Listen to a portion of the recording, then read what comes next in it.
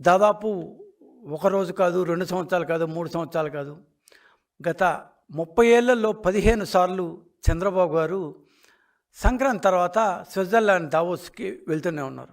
ఇదేదో ఆల్ప్స్ పర్వతశ్రేణుల్లో సేదతీరడానికి జగన్మోహన్ రెడ్డి పోయినట్టు కానే కాదు.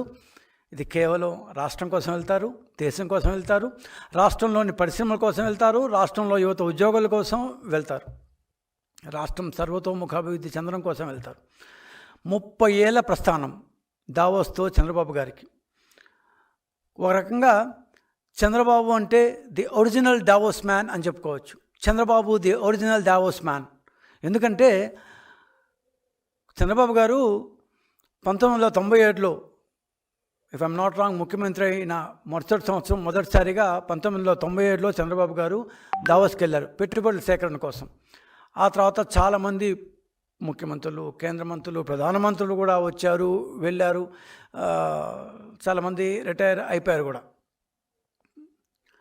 కానీ చంద్రబాబు అనే వ్యక్తి మాత్రం దేశాని కోసం, రాష్ట్రం కోసం పెట్టుబడులు తేవడం అనే ఒక అసిధార వ్రతాన్ని, ఒక నిరంతర ప్రయత్నాన్ని కొనసాగిస్తూనే ఉన్నారు.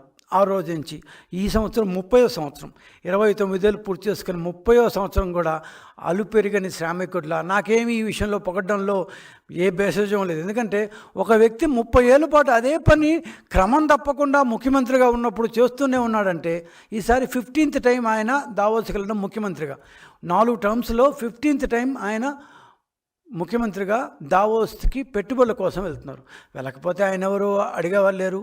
కానీ అంత గడ్డకట్టే చెల్లో కూడా ఒక వ్యక్తి మిగిలిన వాళ్ళు ఏమైనా చేయని, నేను మాత్రం రాష్ట్రం కోసం కష్టపడతా ఉన్నారు.